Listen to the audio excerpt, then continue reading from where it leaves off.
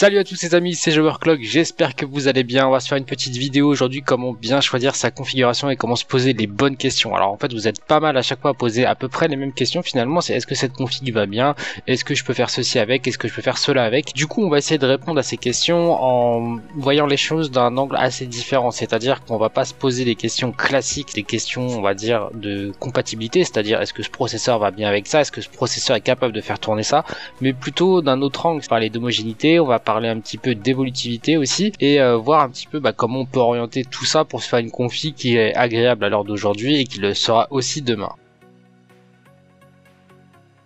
Alors les incontournables, qu'est-ce que c'est? C'est tout simplement les trois pièces les plus importantes de votre PC qu'il faut choisir avec grande précaution, et c'est pas forcément celle à laquelle vous attendez. Ça va être donc la carte mère, le processeur et l'alimentation. Je vais m'expliquer un petit peu là-dessus.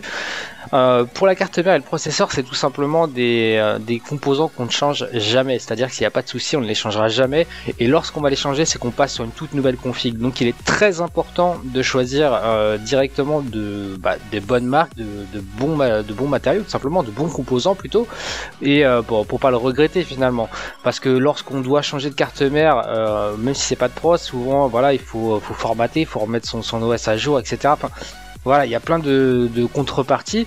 Du coup, choisissez bien. Alors, je vous dis pas d'acheter forcément du Z97 ou du Z170. Vous pouvez très bien partir suivant votre budget, vos utilisations, sur du B150 ou du B85. Mais ce qu'il faut prendre, c'est tout de suite, prenez une bonne carte mère, quitte à mettre un petit peu de prix, quitte à se priver peut-être même d'un boîtier pour aller plus loin. Prenez une carte mère qui vaille le coup, c'est-à-dire prenez en B85, vous prenez l'Asus Pro Gaming. C'est une très bonne carte mère. Alors elle coûte un petit peu cher pour du B85, mais c'est très très bon. En Z97, malheureusement, je vais vous dire de vous déconseiller un petit peu les Messi Gaming parce qu'il y a eu quelques soucis dernièrement, en tout cas sur certains lots, certaines séries, mais il y a quand même de très bonnes cartes mères chez MSI et voilà, chez Gigabyte c'est pareil, ASRock qui font du matos qui est de mieux en mieux, qui est vraiment voire meilleur maintenant que les grandes marques que j'ai citées. Du coup voilà, choisissez vraiment bien votre carte mère.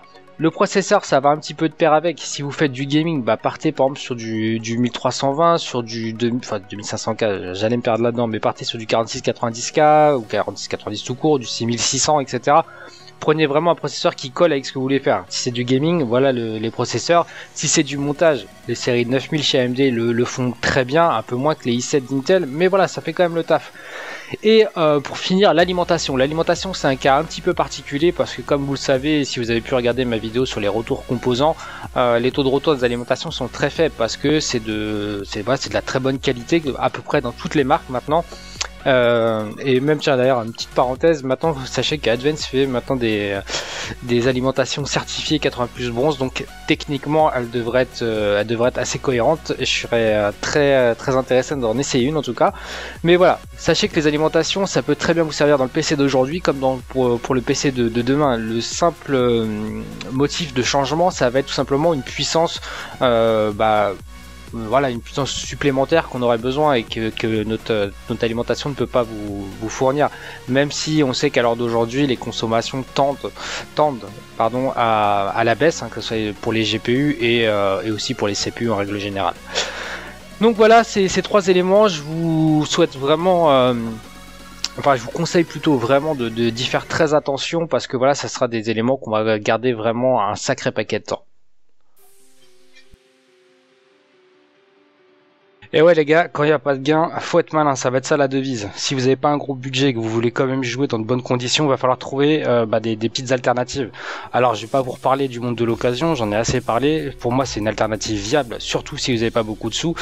Et il va falloir prendre un truc en considération, c'est que poster ces photos sur Twitter, etc. c'est bien quand on a une belle config et qu'on peut la montrer, tant mieux. Mais pour les autres c'est pas grave, c'est pas parce que vous faites une config qui est certes un peu dégueulasse, on va dire en termes d'esthétique, que ça va vous empêcher de kiffer au quotidien dans vos jeux vidéo. Et c'est ça le plus important les gars, c'est de faire une config pour vous et pas pour les autres. Passons là-dessus, le monde de l'occasion. Donc je vous dis, il y a des bonnes affaires à faire. Ça c'est une belle phrase ça.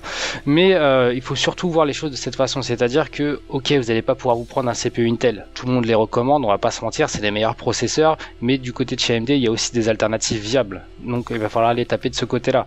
Les cartes graphiques c'est pareil, Nvidia c'est un poil mieux, mais c'est aussi beaucoup plus cher. Donc voilà, il va falloir se priver de certaines choses. Pour vous donner un exemple très rapide, quand je montais mon premier PC, donc mon premier vrai PC, j'avais pas le budget pour m'acheter un bon boîtier avec. Pour moi c'est simple, les boîtiers en dessous de 50 euros, j'en parle même pas, je veux pas savoir que ça existe.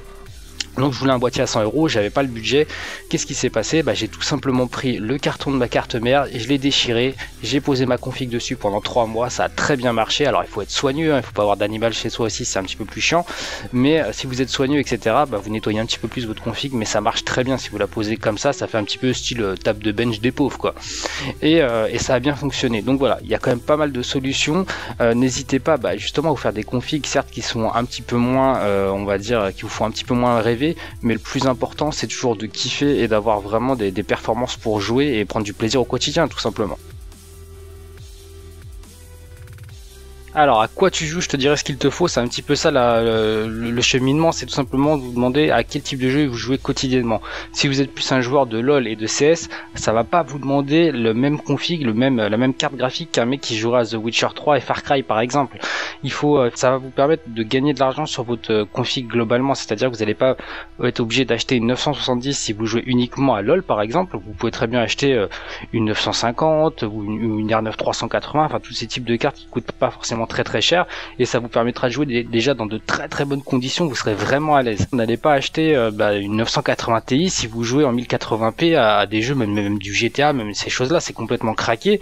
Alors c'est pas une critique parce que chacun a le budget qu'il a, si vous pouvez vous faire des kiffs et vous acheter un petit peu tout et n'importe quoi, tant mieux, c'est ça aussi le hardware, c'est de se faire des kiffs, mais n'allez pas amputer votre config d'un gros budget alors qu'elle pourrait vous servir à d'autres choses. Maintenant, voilà, les cartes graphiques c'est assez compliqué parce que vous allez me dire effectivement aujourd'hui je joue à LoL, mais qui me dit que demain je vais pas jouer à Star Wars Battlefront par exemple. Ça c'est vrai aussi, c'est un petit peu compliqué quand on n'a pas trop de budget, surtout de se faire d'acheter une carte graphique qui va être bonne pour les jeux auxquels on joue aujourd'hui et pour celles de demain.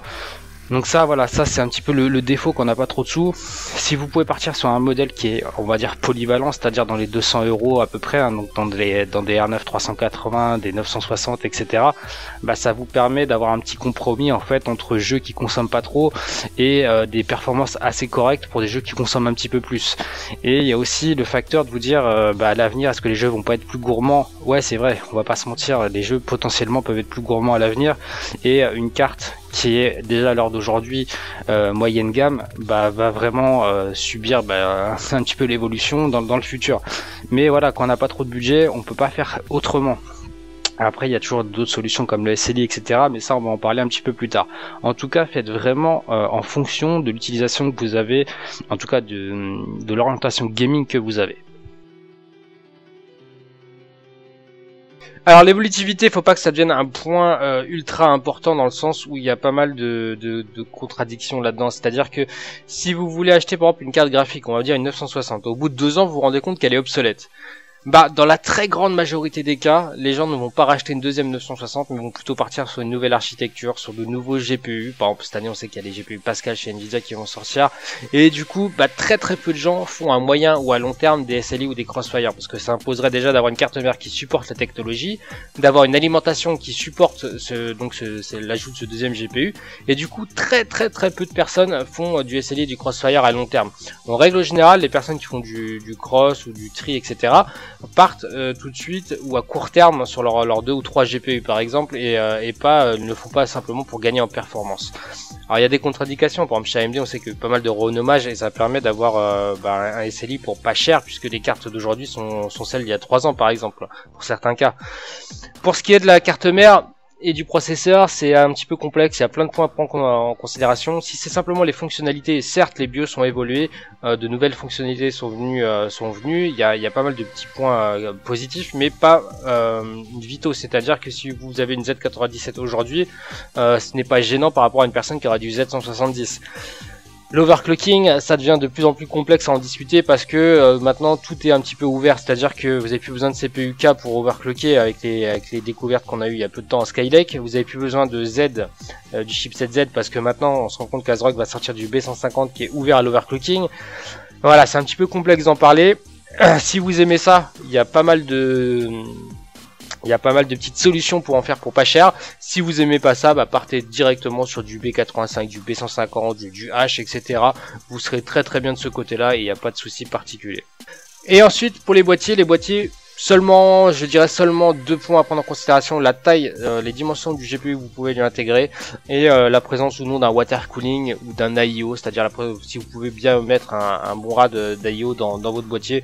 C'est à peu près tout ce qu'il y a à savoir. Le reste, c'est, on va dire, ergonomique, des options un petit peu d'intégration, etc. C'est pas ultra important. Voilà un petit peu pour ce qui est de l'évolutivité. Pas besoin de se prendre plus la tête que ça là-dessus, notamment si vous avez un budget serré. Si vous avez un gros budget, on peut se permettre de voir à long terme. Pour un petit budget, autant prendre le meilleur de ce qu'on peut prendre à l'heure actuelle. Voilà les amis, c'est terminé pour cette petite vidéo sur mes conseils pour se faire une config gaming. Alors c'est pas des conseils, on va dire, d'ordre technique, de compatibilité, etc. C'est plus un petit peu de voilà une vision des choses, de voir un petit peu justement ce qu'il faut faire ou non à mon goût, bien évidemment. N'hésitez pas à me dire ce que vous en avez pensé. On se retrouve très bientôt, passez un très bon dimanche. Ciao ciao tout le monde.